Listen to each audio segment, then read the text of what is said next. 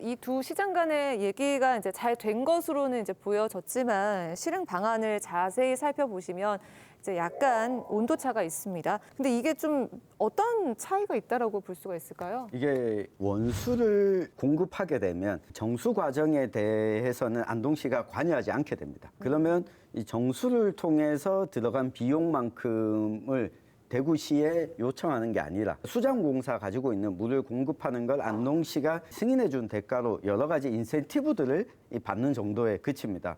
그런데 이 정수를 직접 해가지고 공급하게 되면 이 물 가격을 안동시가 일정 부분은 개입할 수 있게 됩니다. 정수 과정에 대한 기술도 일종의 안동시가 가지게 되는 산업적인 측면도 있거든요. 물 관련 기업들을 유치하는 데 있어서도 긍정적인 측면이 있어서 검토를 했던 것으로 보이는데 지금 농업용수를 안동댐에서 공급하는 것도 이게 수자원공사와 농어촌공사가 협의를 통해 가지고 진행을 하고요. 예. 안동댐의 수력 발전을 하는 것도 한국수력원자력이 다시 협의를 통해서 어느 정도 비용을 또 지불하고 진행을 하는 거거든요.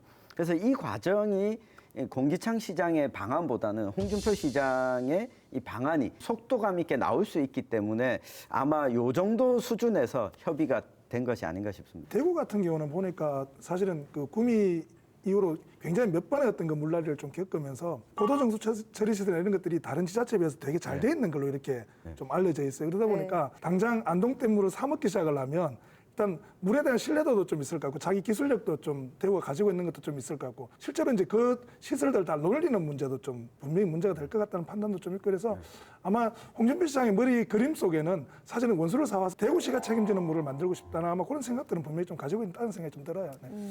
예, 그 뭐 우리나라 그 지자체 중에서 대구시가 그 정수 처리 시설은 제일 그 뛰어납니다. 홍준표 시장이 요구하는 대로 안동댐물을 원수 그대로 공급을 받아가지고 우리가 정수를 해서 사용하겠다. 근데 여기에 문제가 안동시가 협의를 해주면 끝나는 것이냐. 네. 그게 아니라 안동댐에서 물이 흘러내려가서 예천을 거쳐서 상주, 구미, 칠곡, 대구의 옆에 있는 강정보에서 이렇게 치수를 했잖아요. 근데 그러면은 하루에 60만 톤이 갈로를 통해서 가게 되면 낙동강으로 물이 흘러가질 않아요.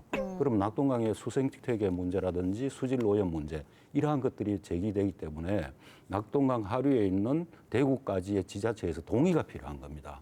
과연 그 동의가 가능할지는 모르겠습니다. 홍준표 시장이 안동시에다가 뭐 일시불로 100억을 주고 매년 수계기금에서 100억을 주고 그리고 수계기금에서 100억을 준다는 것은 홍준표 시장이 대구시가 주는 것 아니잖아요. 네. 이 정부에서 지급을 하는 건데 이런 거 가지고 안동시가 협의해 준다. 그럼 그게 성사될 것인가? 거기에도 저는 굉장한 의문이 있다라고 그렇게 봅니다. 그런데 아마 공기창 안동시장님의 정책의 좀 취지를 살펴본다면 이런 것 같아요. 그러니까 그동안 특히 안동시가 받았던 어떤 소외나 피해에 대한 어떤 보상 체계를 어떻게 마련할 것인가라는 논의를 좀 같이 봐야 될 것 같습니다.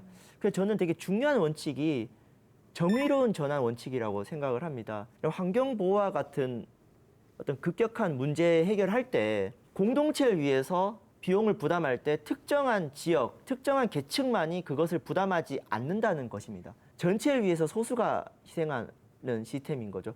이것도 안 되고 그렇다고 해서 전체적인 낙동강 물 문제를 특정 지역의 이익에만 되는 어떤 지역 이기주의 둘 다 극복을 해야 됩니다. 하류 지역의 안전한 물 공급을 위해서 상류 지역이 감당해야 되는 그 비용을 안동시와 대구시만이 책임질 것이 아니라 사실 국가 차원 그리고 낙동강 전체 차원에서 고민을 해야 되는데 이게 수십 년 동안 안동시가 목소리를 외쳐서 안 되다 보니까 이 정치인 출신의 기초단체당이 어떤 던진 어떤 정치적 의지라고 생각을 하고 그래서 이런 시행착오를 겪으면서 어떤 합리적 대안을 모색할 것인가를 지금 논의해야 될 타이밍이라고 생각합니다. 이게 되게 원로는 낙동강을 과연 우리가 이제 지자체나 나눌 수 있는가 하는 문제가 좀 있고요. 낙동강은 지금까지 경상도를 하나로 묶어주는 굉장히 중요한 역할들을 해왔었죠. 그리고 낙동강은 경상도 전체가 같이 관리하고 같이 만들어가고 같이 보호해서 우리 그 다음 세대가 살 수 있도록 만들어줘야 되는 강이기도 하죠. 근데 이 부분을 잊어먹고 나면 지자체 사는 문제가 나오게 되고 또 그쪽에서 일으키는 어떤 공장에서 나오는 폐수 문제를 어떻게 처리할 건가 하는 문제가 나오게 되고 하루에 사시는 분들은 우리는 깨끗한 물을 먹을 권리가 없다 뭐 이런 이제 얘기들이 나올 수밖에 없는 구조인데 사실은 상류에 있는 사람들에게 모든 책임이 좀 맡겨져 있는 상황이고 그리고 모든 비용도 부담하게끔 하고 그 지역의 어떤 상도 보호구역이나 혹은 환경보존지역으로 이렇게 되면서 수십 년 동안 입어왔던 어떤 피해들에 대해서 우리가 어떤 방식으로 공동체가 같이 고민해 줄까에 대한 고민들이 없는 상황에서 우리 지자체 이러고 있는 상황이 지금 계속 만들어지고 있다는 겁니다. 그래서 세부적인 논의보다도 특히 이제 낙동강을 끼고 있는 이 지자체장들의 인식 전환 이게 지금 가장 필요한 상황이 아닌가 이런 생각이 조금 들어요. 네, 그런 면에서 이번에 공기청 안동시장의 이런 제안을 저는 아주 큰 박수를 좀 쳐주고 싶습니다. 일단은 안동댐이 바로 옆에 있는데도 불구하고 우리 안동 시민들은 비싼 물값을 내고 살고 있었다라고 하는 부분을 다시 한번 드러냈고 이 이야기는 이건 안동만의 문제가 아니다라고 하는 메시지를 동시에 던졌다고 보거든요. 네. 그런 면에서 보면 이 공기청 안동시장의 아이디어와 이 선택이 낳은 나비 효과가 상당히 많습니다. 우리가 앞으로 조금씩 좀 살펴보겠습니다. 천영일 위원 아주 역설적으로 문제 제기를 잘해줬다고 지적을 하시는 데서 그 부분은 저도 동의를 합니다. 아마 이게 지금 제가 보니까 우리 옛날에 한참 문제가 됐던 석포재련소 문제나 뭐 이런 그 안동댐이었던 그 환경 문제가 낙동강 상류 지역 사람들의 문제로만 자꾸 이야기가 됐는데 아마 이제 이게 이렇게 되면 대구 시민들의 직접적인 문제로 아마 전환될 가능성도 있고요.